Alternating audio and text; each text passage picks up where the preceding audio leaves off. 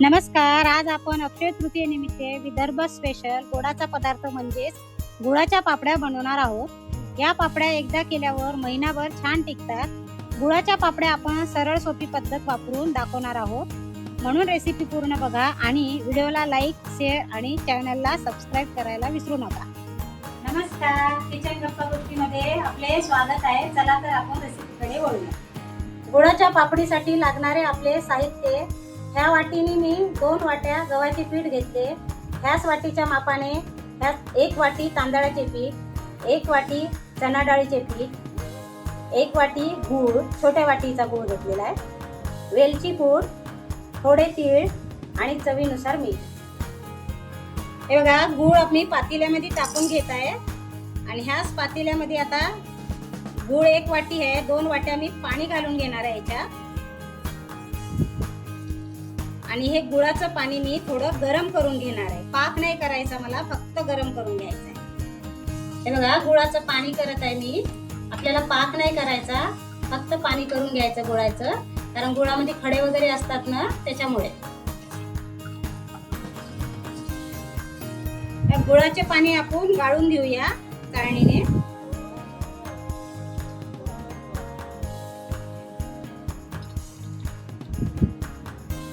घाण निघून जाते, गुळातली खडे वगैरे असतात बारीक गुळामध्ये, म्हणून आपण पाणी गाळून घ्यायचं आहे. आपले गुळाचे पाणी गार झालेले आहे. आता आपण हे पीठ भिजवून घेऊया पापडीसाठी लागणारे. आधी मी गव्हाचे पीठ टाकत आहे याच्यात, नंतर आपले चणा डाळीचे पीठ, तांदळाचे पीठ, चवीनुसार मीठ,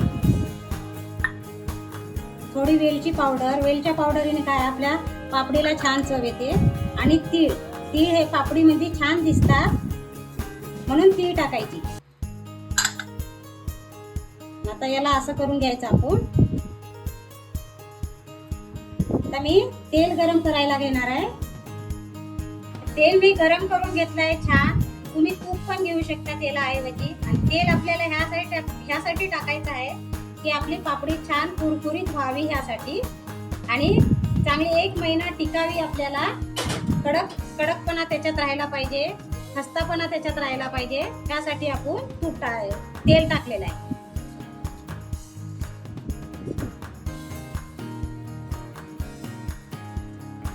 त्याला आता हाताने असं हे करून घ्यायचं, चोळून घ्यायचं, म्हणजे सर्व पिठामध्ये तेल आपलं मिक्स होणार आहे. बघा, अशी मूठ बनल्या जाते.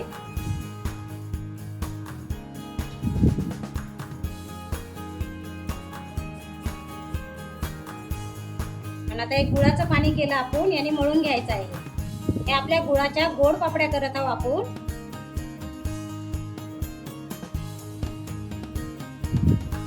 कणिक मळते त्याप्रमाणेच मळायचं आहे आपल्याला.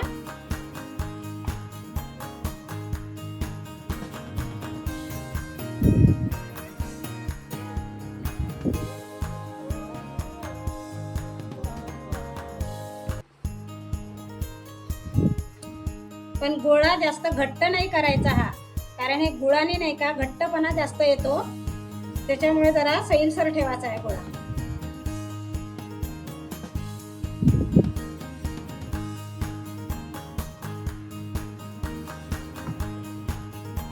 तेव्हा ह्याप्रमाणे मी मळून घेतलेलं आहे पीठ.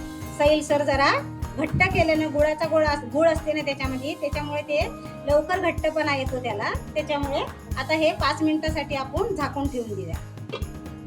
आता पापड्या लाटून घेऊया आपण. आता गोळा घेतलाय मी एक.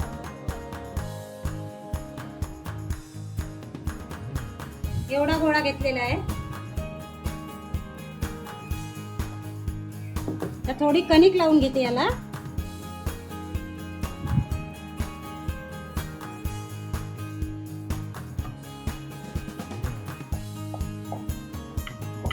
आपल्याला पुऱ्यासारखं नाही करायचं, हे छोट्या छोट्या हे पापड्या आहेत, त्याच्यामुळे जरा लांब आणि पातळ करायचे आहे.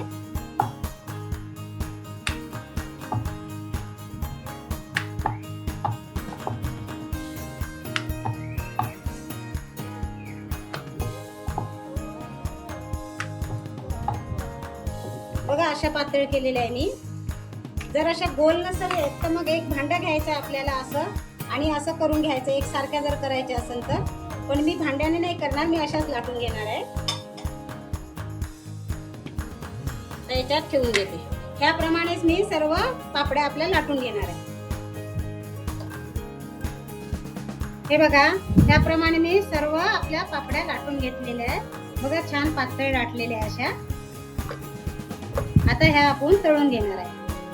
आपलं तेल गरम झालेलं आहे. आपण आता पापड्या तळून घेऊया. अशा टाकायच्या, मोठ्या मोठ्या आहे त्याच्यामुळे तेल जास्त टाकलेलं आहे. अशा हळूहळू हळूहळू त्याला इकडे तिकडे करायच्या.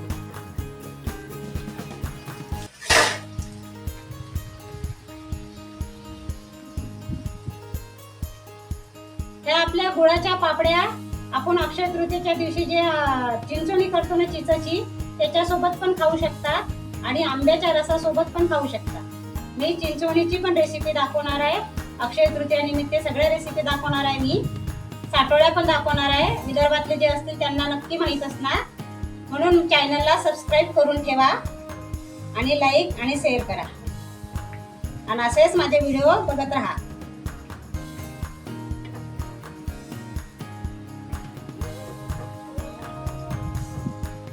हे गुळाच्या असल्यामुळे तळल्यानंतर लालसर येतात आणि हा फुगत नाही.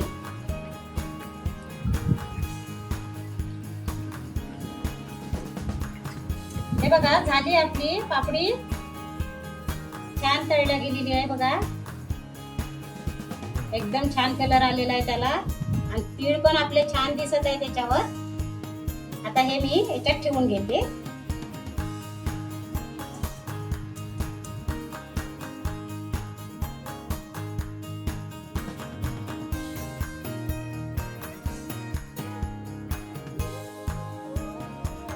झाल्या आपल्या गुळाच्या पापड्या तयार अक्षय तृतीयानिमित्त. हे बघा मी फोडून दाखवते तुम्हाला. बघा आवाज, बघा छान कुरकुरीत आणि खस्ता झालेल्या आहे.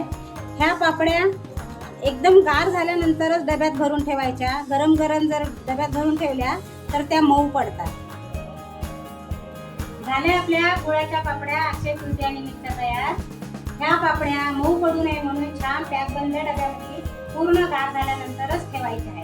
आणि ह्या पापड्या चिंचवणी सोबत किंवा आपल्या आंब्याच्या रसासोबत खाऊ शकता. आणि याच्या पुढची रेसिपी मी तुम्हाला चिंचवणी आणि साटोळ्या दाखवणार आहे, म्हणून चॅनलला सबस्क्राईब करून ठेवा.